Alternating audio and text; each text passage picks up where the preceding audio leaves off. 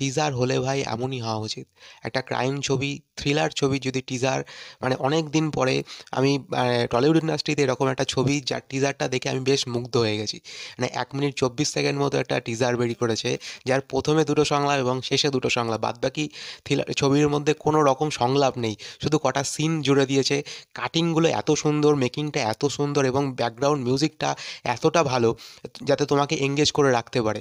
এবং শুরুতেই দেখা যাচ্ছে যে একটা লাল রঙের বাক্স, যেটা হাজব্যান্ড এবং ওয়াইফের বাড়ির সামনে রেখে দিচ্ছে, যেখানে হাজব্যান্ডের চরিত্রে অভিনয় করছে ঋত্বিক চক্রবর্তী এবং সোলাঙ্কি রয়। এবং তারা বলছে যে আমরা এখন পুলিশকে খবর দিই, বেশি দেরি হয়ে গেলে আমরা ফেঁসে যেতে পারি। পুলিশে ফোন করো, যত দেরি হবে আমরা তত বেশি ফাঁসবো কিন্তু। তো তারপরে আর কোনো সংলাপ নেই, ছবির মধ্যে বিভিন্ন রকমের সিন দেখিয়েছে এবং সেটা বেশ ভালো। এবং কিন্তু পুলিশ আমাদের কথা বিশ্বাস করবে কেন?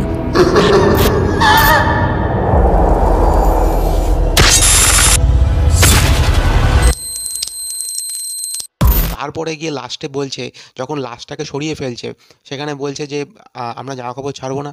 বলছে না, কালকে সকালে যা হবে দেখা যাবে। বলছে একটা লাশ সরিয়ে আমরা নিজেদেরকে অনেক বড় বিপ্লবী মনে করছি। আমরা জামা কাপড় ছাড়বো না। না, বিছানা বিছানা সব নোংরা হয়ে যাবে। হোক, কাল ভাববো।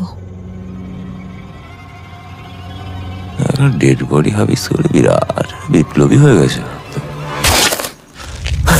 আমার টিজারটা ভালো লেগেছে এবং অনেক দিন পরে এরকম টলিউড ইন্ডাস্ট্রিতে এরকম টাইপের ক্রাইম ছবি, থ্রিলার ছবি, যেটা আমি মন থেকে আমার বেশ মানে ভালো লাগলো যে টিজারটা দেখে, যে না একটা ভালো কিছু একটা হতে চলেছে। আমি জানি না ছবিটার মধ্যে কতটা কী হবে না হবে, তবে দেখে বেশ ভালো লাগলো, এঙ্গেজ করে রাখার মতো লাগলো এবং একটু অন্য রকম টাইপের ছবি হতে চলেছে। আর ছবির পোস্টারটাও দেখবে খুব সুন্দর। ছবির পোস্টারটা দেখবে একটা লাল রঙের সুটকেস, সেখান থেকে একটা হাত বেরিয়ে আছে এবং নাম ভাগ্যলক্ষ্মী। সেখানে রক্তের ছাপ, লক্ষ্মীর ছাপ না দিয়ে রক্তের ছাপ দিয়ে রেখেছে। তো টিজার মানে ছবির যে পোস্টারটা সেটাও কিন্তু খুব ইউনিক। তো দেখা যাক ছবিটা কেমন হয়। এবং 10ই জানুয়ারি ছবিটা রিলিজ করছে।